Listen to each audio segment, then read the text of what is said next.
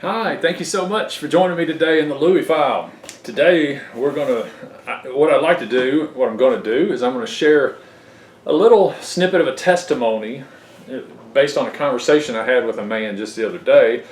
Then we're going to look into the scripture, and we're going to take a broad stroke against some ideas or thoughts in the Bible, just to make a little point, a good reminder. I think it was a good reminder for me. All right, so recently I had the privilege, I call it a privilege, I think it is, to share the gospel with, I don't know, 20 men or so that are living in a faith-based sober living home. Just for full disclosure, I'd say a lot of them really didn't care to be hearing what I had to say about the gospel. But they were there, and part of what they have to do is to attend certain meetings and stuff, and I just happened to be one of them. So sometimes you got some folks in there that want to hear what you're saying, sometimes they really don't. But after I got through presenting the gospel, one of the guys met me in the hallway, and I'd never laid eyes on this man before in my life. As far as I know, we've never seen each other, and he starts to quiz me about what it is I'm teaching or whatever. And the way he put it to me was, he said, I just want to know, why would you choose to follow a religion that's only 2,000 years old when there's Buddhism and there's Hinduism, and he basically saying there's all these other religions out there that's way older. Of course, the implication being is Christianity is newer on the scene, therefore it can't be as good, or it's not true, or it's not effective, or I don't know what he was really trying to say exactly. That's the way I took it. But he talked for a few minutes, kept talking about religions, following religions and all this, and when he finally stopped and let me respond, I said, first of all, I don't follow a religion. I follow a person, Jesus Christ. I follow and focus my attention on a person, and his name is Jesus the Christ.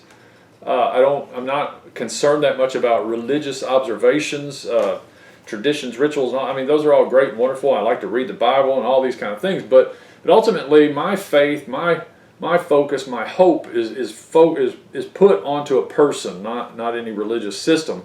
I said, and then besides, what does the age of it have anything to do with anything? I said, just because something's older doesn't make it better, and it really doesn't make it right. It doesn't make it true or more true, if there is such a term. He looked puzzled at me. I don't think he could comprehend I was talking about a person. I'm not talking about religion, and that how old something is really doesn't make it more right. Anyway, and a few other things were said, and he kind of, looked confused and walked away, and I heard him mumble under his breath that I don't know, he doesn't know what he's talking about. I don't know what I'm talking about. And so that's fine. I'm hoping he'll come back and he'll be a little more open to hear what's being said. I think he only heard the last part of what I said, so just giving him the benefit of the doubt, he didn't get to hear the full point being made. But okay, so with that in mind, I got to thinking about this, and I thought, so how old is Buddhism? How old is Hinduism? And if you just Google it, or you just look it up online, it looks like it's between 2,000 and 3,000 years. Some people want to push it back even 10,000 in the Hinduism thing. But I think his point was he thought that it was just the one same God who had been issuing or working through or whatever all of these different religions down through history. And why would I pick this one?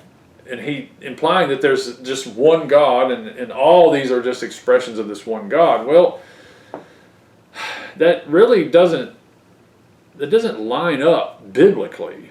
I told him, I said, perhaps there's more than one God. And he freaked out on that. And he said, well, there's only one God. I said, well, let me clarify. I said, there's one head God, there's one true God, Lord of lords, King of kings, there's one creator God. He's the creator and sustainer of all things. I said, but what if there's a little g? What if there's little God, little g's? And the Bible addresses this. I told him, I said, the whole Old Testament is a testament to Yahweh and Israel overcoming the gods and the nations that worship them. So the whole Old Testament story is Yahweh and Israel, his people, versus the nations and all the other gods. Now, some people will say, well, Louis, they're idols, and they're really just stone, and they're wood and stone, and they're objects made by man. And I would agree, their idols are objects made by man, but what were the objects for? They were meant to be a touch point. They would perform rituals, and I guess rituals is the word that's going to have to be used right here. They would perform ceremonies and rituals in order to hopefully get this entity, this spiritual entity, to inhabit these idols in order for them to communicate with it. They would do all sorts of things to get that to happen. So it wasn't that God was concerned just literally about the stone and the wood pieces. He didn't want them interacting and being tricked and deceived into following after other entities that maybe didn't have their best interests at heart. So anyway, that was a little side note there. We're going to get back to that. But so the Bible, I remember hearing one time they were talking about the ancient Mesopotamian civilization pre-Hebrew existence, before Abraham existed, right? Before there was a Hebrew people, before there was an Israel, there were people, and there were Mesopotamians, and they had a grand idea of all these gods and goddesses. They had this thought that the spirit world was full of these beings, and they some of them, the head honchos of that, were called the Apkallu, Apkallu, and the Apkallu were basically divine entities that had offspring that were hybrids, part human, part divine, and the Mesopotamians looked at them as heroes. They thought they were larger than life. They were powerful superheroes, almost, if you will take that word for what it is. So some people will say the Bible, well, the Bible, the Apkallu, the Mesopotamian culture, they had Apkallu long before the Bible talked about the Watchers or the sons of God, as in Genesis 6, coming into the daughters of men, producing these giants. So you have this parallel story, these two different cultures telling this same story, essentially. And I mean, there's a lot of detail in this that I'm not going to get into today, but what if, just because the Mesopotamian culture and the story of the Apkallu was older, we just said, well, that must be true. But what if that's not true? What if it's a faulty view of those entities, those gods, if you will? What if Genesis 6, what if the whole Bible we have now is really a correction, a clarification of the truth? I came across this term, it's called a polemic argumentation. That word is beyond my pay grade, so I didn't come up with that. But it's defined here as an aggressive attack on or refutation of the opinions or principles of another. So what if the Hebrew Bible is really a polemic argumentation? What if the Hebrew Bible is Yahweh-inspired truth that is clarifying the storyline? And what you discover then is that as the Mesopotamians believe the Apkallu are heroes and wonderful, in Genesis 6 we see the sons of God and the daughters of men, and they're not heroes. They're actually diabolical. Apparently there was a lot of ancient debates about all this back in the day, and there was borrowings and creative interpretations going on, and the Jewish authors would use the Mesopotamian story, but they would flip it. Now, ultimately, it's going to be up to you and I to put our trust somewhere, right? So we have to come to make sense of it in the grander storyline. But what if these Apkallu, what the Bible calls maybe the sons of God here in Genesis 6, were really corrupting agents and not helpful? The Apkallu in the Mesopotamian story seems to be revered as bettering mankind. See, they gave mankind insight on tools and weapons, and if you read the book of Enoch, you see that these watchers, these spiritual entities, got in trouble for teaching man the art of seduction and the art of warfare and the digging of roots and drug use and or medications and certain secret wisdom that was given illegally to mankind caused corruption. It didn't better mankind. It actually harmed us, which is part of what led to the flood. Which is, God didn't just flood the earth because there's giant offspring. He did it because they were corrupting all of mankind in the process. So he flooded the earth in the flood of Noah and started all over. So just because something's older doesn't mean it's better.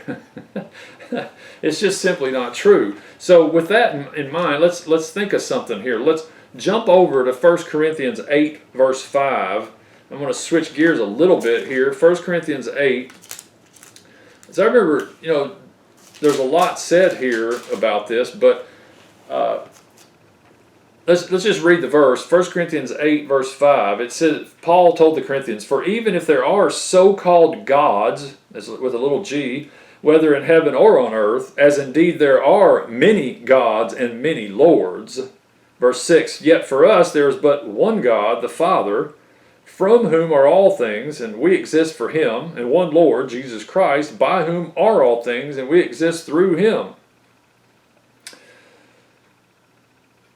And if you keep reading, verse 7, "However, not all men have this knowledge, but some, being accustomed to the idol until now, eat food as if it were sacrificed to an idol, and their conscience being weak is defiled."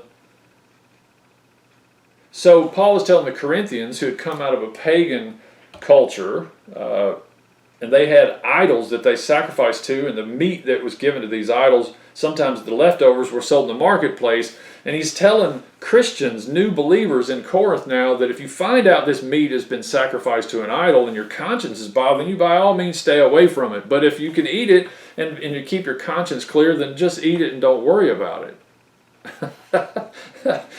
Very practical advice for a Corinthian in that day and age. But what I want you to notice is that he says so-called gods, but then he says there are many gods and lords. Now, I'm not saying that all these gods are the same equivalent in power. I mean, Yahweh, the God we're talking about, the creator and sustainer of all things, the Godhead, the Father, Son, and Spirit, he's one, and there's none like him. He is wholly other. Don't misunderstand what I'm saying. But there are other entities in this universe that we could call gods with a little g. And I'm going to show you just a few places in Deuteronomy. My whole point here is I didn't even get a chance to speak with this man very long, because he was really just trying to argue and set me up, and he didn't really want to hear what I had to say, because if he did, I would have probably explained some of what I'm explaining to you now to him, and maybe he would have understood me a little better. But look at Deuteronomy 6. Way back in Deuteronomy, God, through Moses, is telling Israel how they should behave and how they interact or don't interact with the nations around them. Deuteronomy 6:14 says, "You shall not follow other gods," little g, "any of the gods of the peoples who surround you." Don't get caught up in the other gods. All right, now look at Deuteronomy 7. Verse 3, "Furthermore, you shall not intermarry with them. You shall not give your daughters to their sons, nor shall you take their daughters for your sons. For they will turn your sons away from following me to serve other gods. Then the anger of the Lord will be kindled against you, and he will quickly destroy you." This brings up another thought. I've heard the argument, people have said, God doesn't like us to intermarry with other races. Blacks stay with blacks, whites stay with whites, Chinese over there, Mexicans over there, whatever. It's just simply not true. That is not what the Bible is saying. Right here it's telling us what it is. He's telling Israel, don't let your sons and daughters intermarry with the other nations, not because it's racist, not because they're a different skin color. How shallow is this God you're thinking of? That's not what he's saying. What he's saying is they have a wrong concept of who God is. They are worshiping little g gods. They're idol worshipers. They have pagan, unholy practices that's going on in their life, and I don't want your sons and daughters or you to get caught up in that. So let's read a little further. Deuteronomy 7, Verse 4, for they will turn your sons away from following me to serve other gods. Then the anger of the Lord will be kindled against you, and he will quickly destroy you. But thus you shall do to them. You shall tear down their altars, and smash their sacred pillars, and hew down their Asherim, and burn their graven images with fire. For you are a holy people to the Lord your God, and the Lord your God has chosen you to be a people for his own possession out of all the peoples who are on the face of the earth. The Lord did not set his love on you, nor choose you because you were more in number than any of the peoples, for you were the fewest of all peoples. But because the Lord loved you, right here, and kept the oath which he swore to your forefathers, the Lord brought you out by a mighty hand and redeemed you from the house of slavery, from the hand of Pharaoh, king of Egypt. He is distinguishing himself to his people compared to the gods of the other nations. He's like, pay attention. The God who loves you and the God who gave an oath to you is the God who is keeping his word and is protecting you and overseeing all this and making it come about. Wow. So now let's jump ahead in Deuteronomy to chapter 32. Deuteronomy 32, 15 through 18. All right, now I have a New American Standard 1999 or 95 version New American Standard Bible. So I don't know about the wording here, but I think it's fine. Deuteronomy 32:15 says, but Jeshurun. Mine says Jeshurun, but then a note down here says Israel. I haven't dug too far into that, I'm going to be honest with you. But so let's just say Israel, Deuteronomy 32:15, Israel grew fat and kicked. You were grown fat, thick, and sleek. Then he forsook God, who made him, and scorned the rock of his salvation. They made him jealous with strange gods. With abominations they provoked him to anger. They sacrificed to demons who were not God, to gods whom they have not known, new gods who came lately, whom your fathers did not dread. You neglected the rock who begot you, and forgot the God who gave you birth. Wow, so Israel did get caught up in idol worship. They forsook the God that made them. They forgot who it was that created them. But look at verse 17, Deuteronomy 32:17. They sacrificed to demons who were not God. Then it said to gods whom they've not known. So here it sounds like they're clarifying for us that these little gods's were really demonic. They were really diabolical, rebellious entities. And this is why Yahweh God, the God of Israel, didn't want them messing with that. So Israel, okay, Abraham, Isaac, and Jacob, Jacob's 12 boys, the 12 tribes become Israel. They lived in an environment surrounded by idol worship, pagan practices, fleshy living, demonic activity. So God he's keeping them in the midst of this awful environment. And you could say, well, all these nations, all these cultures around them, they're worshiping gods from long ago. And this God of Israel here, he just showed up. Well, that's not true. That's not true at all. He's just opening up and revealing himself to them and through them to the rest of the world. If you look Deuteronomy 32, verse 18, verse 17 and 18, they sacrificed to demons who were not God, to gods whom they have not known, new gods. The gods of the nations were the ones that aren't. They're new. They're new to Israel. They could have been in existence for years and years out there. But Yahweh says, "You're my people. You focus on me. You don't get tangled up in them." I don't want to beat this to death today, but I just want you to think about this. What if the Bible is a correction?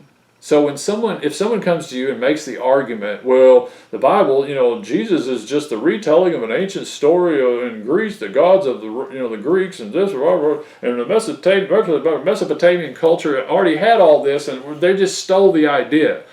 Well, that would be a good argument, other than the fact that what if they didn't steal it at all? What if they're reinterpreting it? And what if the good guys in the ancient stories are really the bad guys?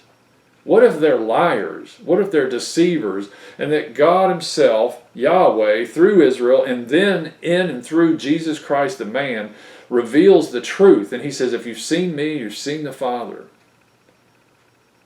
What if that's the truth? I think it is.